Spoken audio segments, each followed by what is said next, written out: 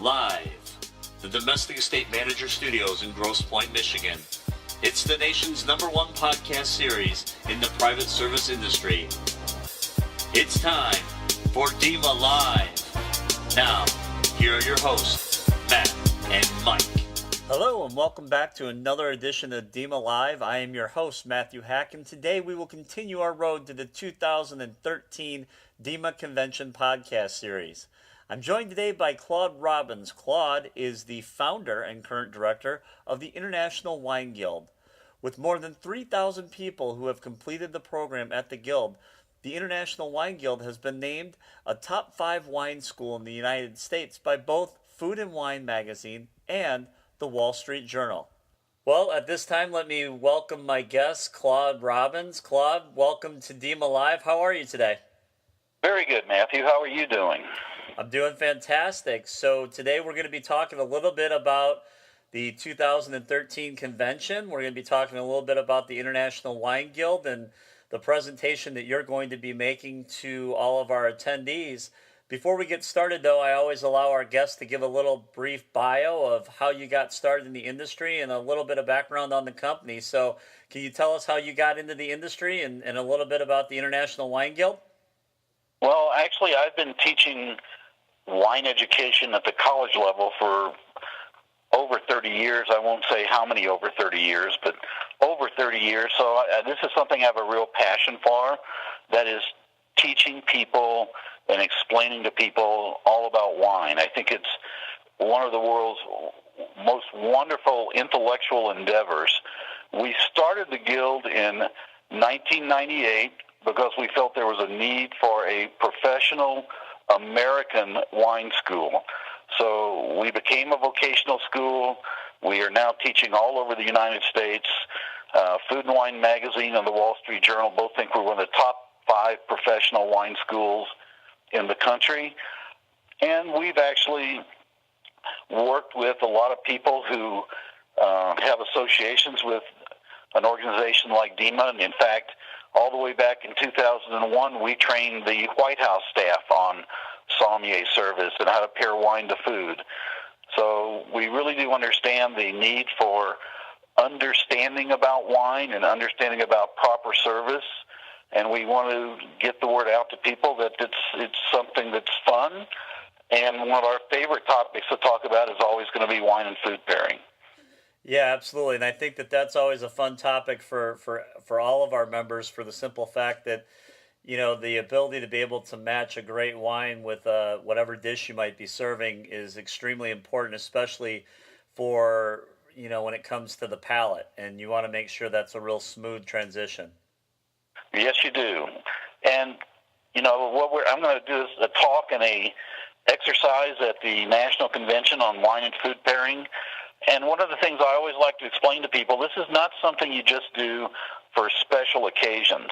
It's something that you can do and should be doing every day. I think for many DEMA members whose principals have wine cellars, often quite good wine cellars, the idea of being able to work with that cellar, finding just the right wine to go with whatever they're having for lunch or dinner, or sitting out on the back porch and just enjoying a glass of wine, is all a part of providing that special service for their principals. Absolutely. I think that'll be a really good presentation. So since you brought it up, let's go ahead. Let's talk a little bit about the wine and food pairing seminar that you are going to do for the private service professionals. What are some of the tips that you're going to be that the members can expect to get from you during this particular seminar? Well, let's start out and debunk a basic myth. Most people think you pair wine to proteins. You know, somebody walks up to you and says, or they walk up to me and say, gee, I'm having salmon for dinner tonight. What wine do I have to go with it, or do you suggest? The first big myth I'd like to debunk is it's not always that you're pairing wine to proteins. In fact, it's far more common to be pairing wine to sauces or the impact of a cooking technique, or if you like spicy food, the impact of herbs and spices. So the reality might be that's not the right question to be asking. So as part of our seminar, we're going to talk about how you break down a dish and determine what the wine should be paired to. And once you've figured that out, actually pairing the wine to the food is relatively easy. So basically, when I'm having chicken, I shouldn't just say that I need a white wine? Yeah, that's the second myth I want to debunk. Thank you. The second myth is throw away that old saying of white wine, white meat, red wine, red meat. But that was so easy to remember, though, Claude. Yeah, but it throws away half of your good pairings, you know? Okay. You know, we teach a course, a master level course in wine and food pairing, and it's also part of our entry level seminar that we offer people who are interested in learning about wine. But basically, the color of the wine has nothing to do with how it works with food. So whether it's white, pink, red, sparkling, doesn't really make any difference. It's all about the structure of the wine. And basically, there are two easy things to remember about that. The texture of the food and the body of the wine have to match, and the flavor intensity of the food and the flavor intensity of the wine have to match. And if you can start out by doing that, you're going to do much better at figuring out what's the right wine to go with food.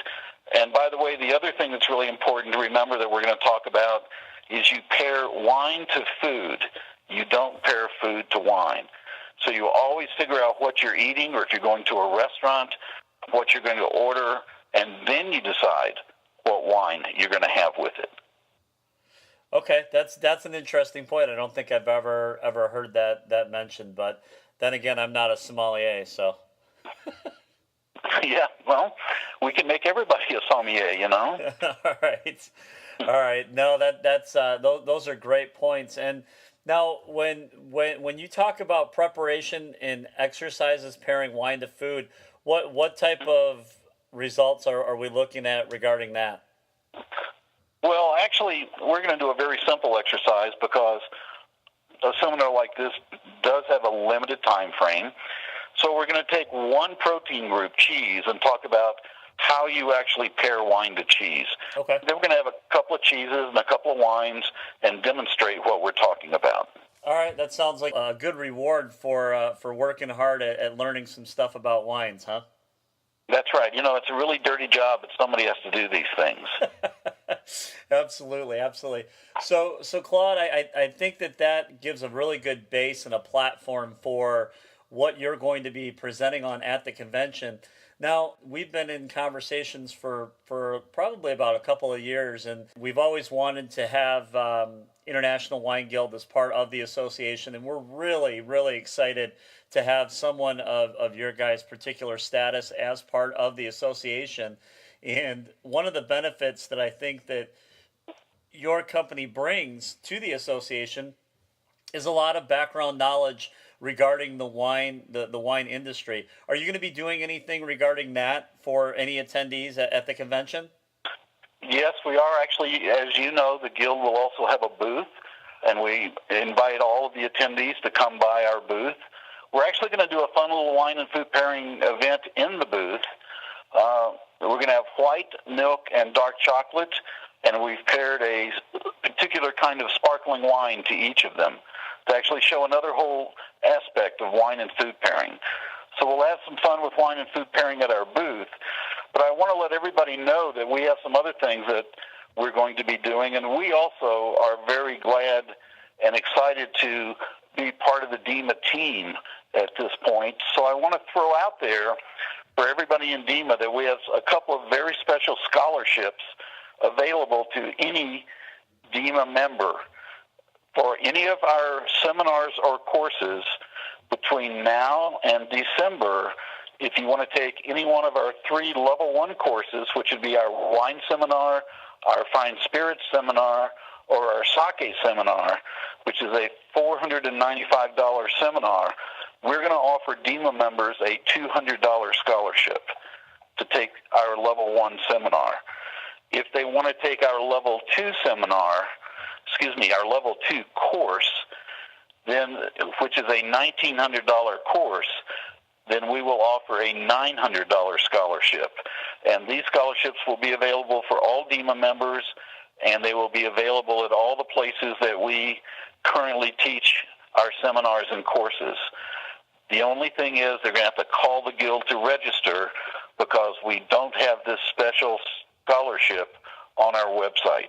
And by the way, Matthew, just to let you know, it does apply to DEMA management as well. So if you or your brother or anybody else would like to come to a Guild course, you can get a scholarship also. Great. And now do you guys have locations across the country to attend those seminars?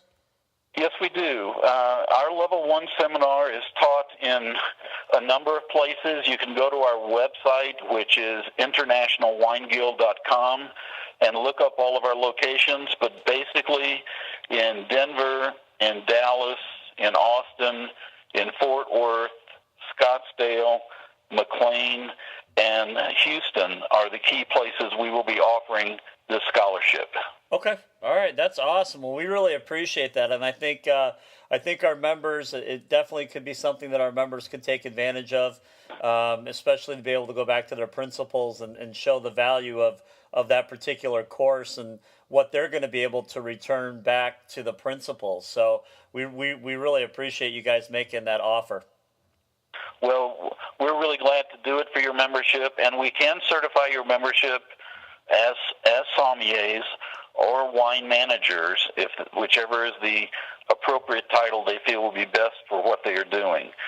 But it's really the same education, but we have two different professional titles just to better fit what our students need as part of their resumes.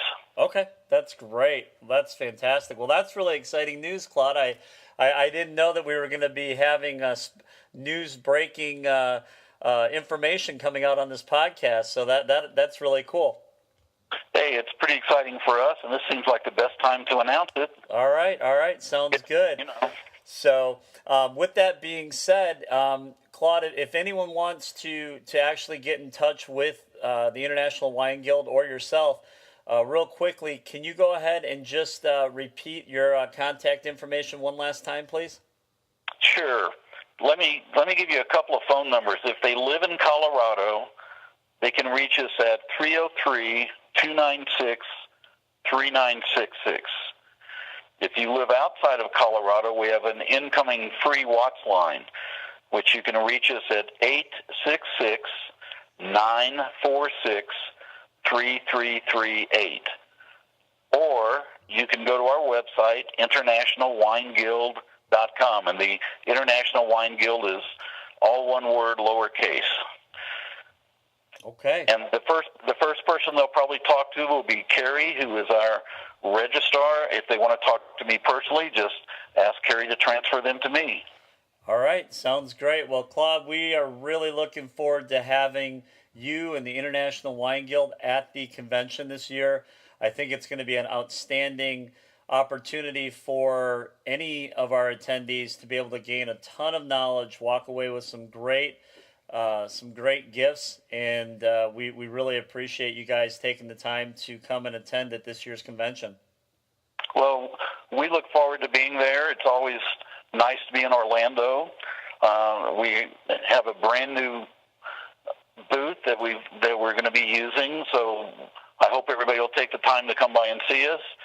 And we're going to have a little giveaway at the booth as well that I think will be fun. Okay. But again, a little wine tasting at the booth, a great seminar, and we do offer really good professional courses and seminars that the membership I think will really appreciate. Absolutely. I think so too. And the last question I have for you that I didn't ask earlier is there a limit on how many times I can come by your booth and get that sample of the chocolate and the wine? As long as you can still be standing. All right, sounds good. Well, I'll definitely be. I might be a fixture at your booth then. So. Well, good. We'll hand some handout materials for you, and you can start handing out stuff to people. So. All right, sounds good. Well, Claude, like I said, we really appreciate having you on DEMA Live today, and we look forward to seeing you in Orlando in September. Thanks again to my guest, Claude Robbins. And as always, thank you for taking time out of your busy schedule to listen to another DEMA Live podcast. If you're interested in more information on how you can become a part of this year's convention in September, visit the convention website at www.demaconvention.com. Once again, that's www.demaconvention.com. Stay tuned for more great podcasts with presenters from this year's DEMA Convention. And don't forget, the definition of a good wine is that it should start with a smile and end with a smile.